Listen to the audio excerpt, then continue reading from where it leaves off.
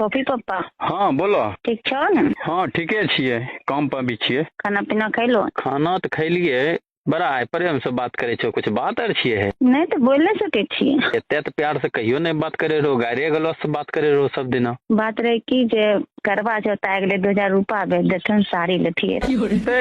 मैं करवा चौथ में तो 6 दिन पहले तो 6000 रुपया भेजबे कर लियो, ऊ की कर लो? अरे कोरिया तो 6000 रुपया हम ही खा गेलियो हैं? बाल बच्चा के कुपातर जन्मा के रखने छे जे ओहि खर्चा वालो राशन पानी नहीं नाम लिए कि मट्टी खा के रहे छिए। हमें नहीं भेजबो 2000 रुपया, अभी कम धंधा नहीं चले छे। अच्छा अगर कोरिया अगर तो 2000 रुपया नहीं भेजनी, अगर हम करवा चौथ नहीं के लिए छठ पूजा हम घर अबे न करबही तब तोरा करेजा पर चढ़ के तब चलनी तोहर मुंह देखबो। ई कौन बात होले मरा एना एना बोले छो? अच्छा ठीक छे हम भेज देबो 2000 रुपया, ये कारण फोन कर। एक लाइन में तो कोरिया शुद्ध समझबे न करे छी, अच्छा भाषा समझे में नहीं आवे छे।